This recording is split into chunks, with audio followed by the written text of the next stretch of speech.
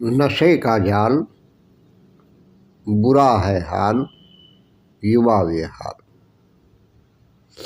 पाकिस्तान, अफगानिस्तान आतंकवाद के साथ ही देश दुनिया में नशे का जहर घोले हैं।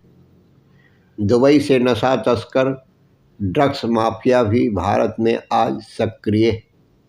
पहले देश में पंजाब को नशे का बड़ा केंद्र माना जाता था, लेकिन आज राजधानी दिल्ली, राजस्थान की शिक्षा नगरी कहलाने वाले सीकर और कोटा, हिमाचल प्रदेश, गुजरात, मुंबई पर्यटन की दृष्टि से महत्वपूर्ण क्षेत्र, गोवा, केरल के साथ साथ लगभग संपूर्ण भारत में ड्रग्स तस्कर, ड्रग्स माफिया, दलाल, ड्रग्स सप्लायर सक्रिय हैं। सीकर और कोटा में आज लाखों बच्चे नीट जेईई परीक्षा की तैयारी करते हैं और आज बहुत से बच्चों को ड्रग्स माफिया उनका तनाव, अवसाद कम करने व पढ़ाई में एकाग्रता बढ़ाने के बहाने उन्हें बहला फुसला कर ड्रग्स से जोड़ रहे हैं। आज बच्चों के कोचिंग, हॉस्टल, स्कूल बाहुल्य क्षेत्रों में आज नशे का बड़ा तगड़ा जाल फैला है। नशे में एमडी, गांजा, अफीम, स्मैक, चरस, हेरोइन, कोकीन, सिंथेटिक ड्रग्स जैसे खतरनाक नशे शामिल। नशे की पुड़िया आज हमारी युवा पीढ़ी को जड़ से बर्बाद करने पर तुली है। आज हालात यह है कि 100 रुपये से लेकर हजारों रुपए तक खुलेआम नशा बिक रहा है। चाय की दुकान, रेलवे स्टेशनों, अस्पताल, शहर के पास कॉलोनियों में नशे के दलाल सक्रिय हैं। गुटखा, तंबाकू पदार्थ बेचने वालों के साथ ही मेडिकल स्टोर्स तक इसमें शामिल है। इस बात से इनकार नहीं किया जा सकता। आज खाली पड़े पार्कों, सुनसान जगहों, रेलवे स्टेशनों पर दूर दूर तक फैले प्लेटफार्मों को ये ड्रग्स माफिया और तस्कर निशाना बनाते हैं। वहाँ से अपना नशे का गंदा धंधा जारी रखते हैं। हाल ही में हिंदी के चंद प्रतिष्ठित दैनिक के हवाले से यह खबर भी आई है कि पुलिस तक के कुछ अधिकारियों की भी इसमें मिलीभगत है और उनका हफ्ता टाइम पर इन ड्रग्स माफिया और तस्करों द्वारा पहुंचाया जाता है ताकि उन्हें नशे का जाल शहर में फैलाने में किसी प्रकार की कोई दिक्कत या परेशानियों का सामना न करना पड़े। पहले देश में सिर्फ पंजाब ही नशे में उड़ रहा था, लेकिन आज देश के बहुत से क्षेत्र नशे में उड़ते नजर आ रहे हैं।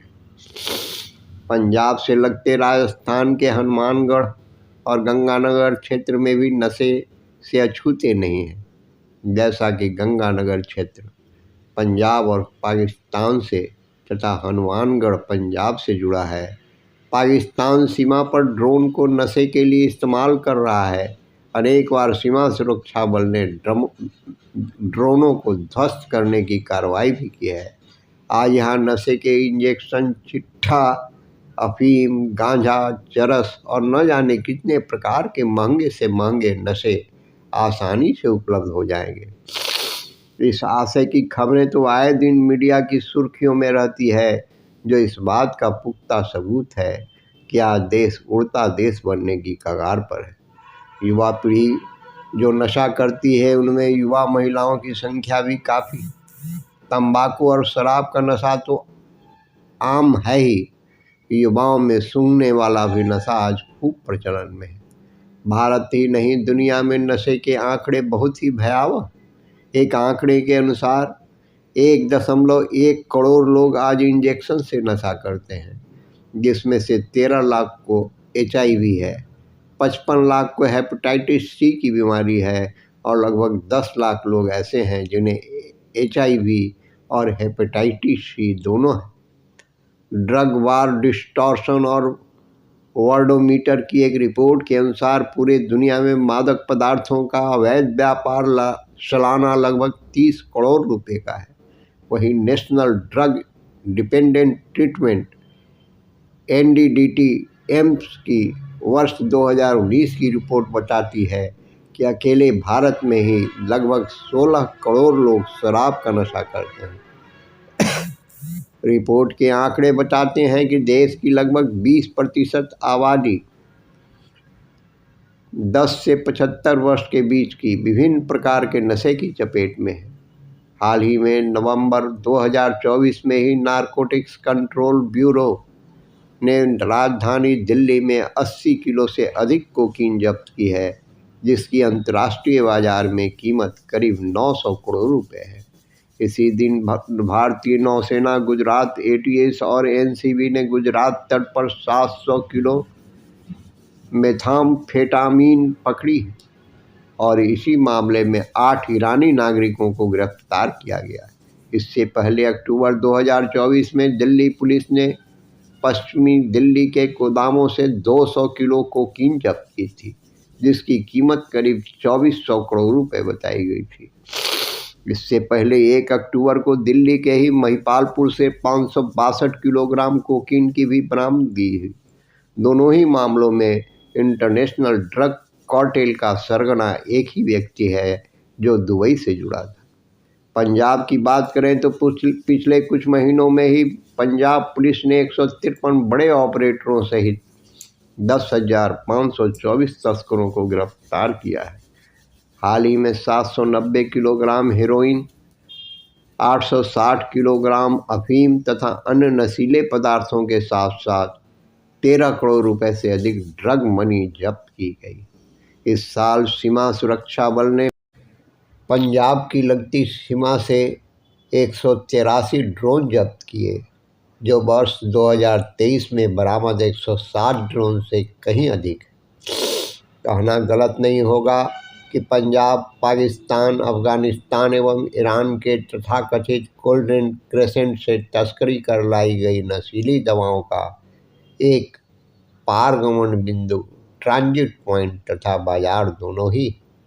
देवभूमि हिमाचल में भी हिमाचल पुलिस ने 10 पुलिस जिलों में दबिश के दौरान अवैध मादक पदार्थों की तस्करी में 7 गिरफ्तारियां की है और 10 किलो चरस सहित 100 ग्राम चिट्टा बरामद किया गया।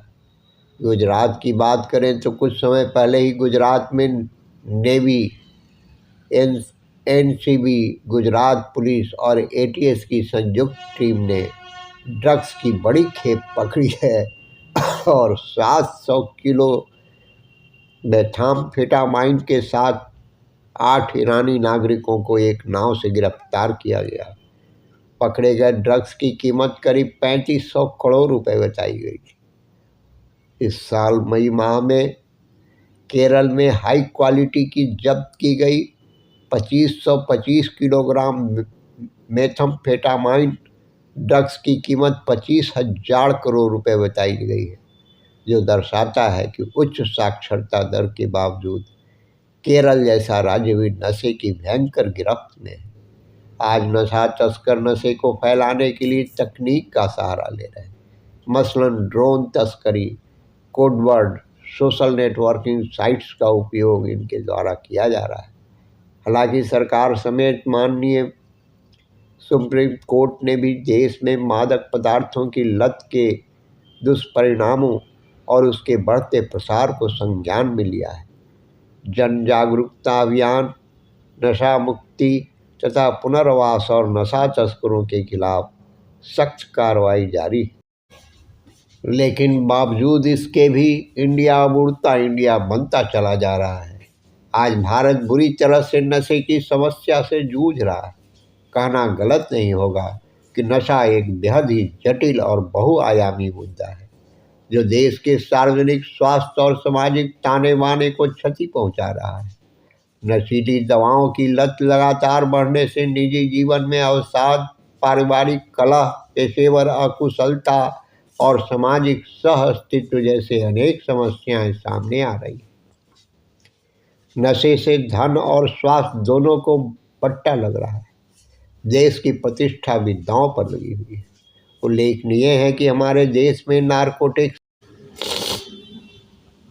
ड्रग एवं साइकोट्रॉपिक सब्सटेंस अधिनियम 1985 बनाया गया था, जिसे प्रभावी बनाने के लिए 2014 में संशोधन बिल लाया गया।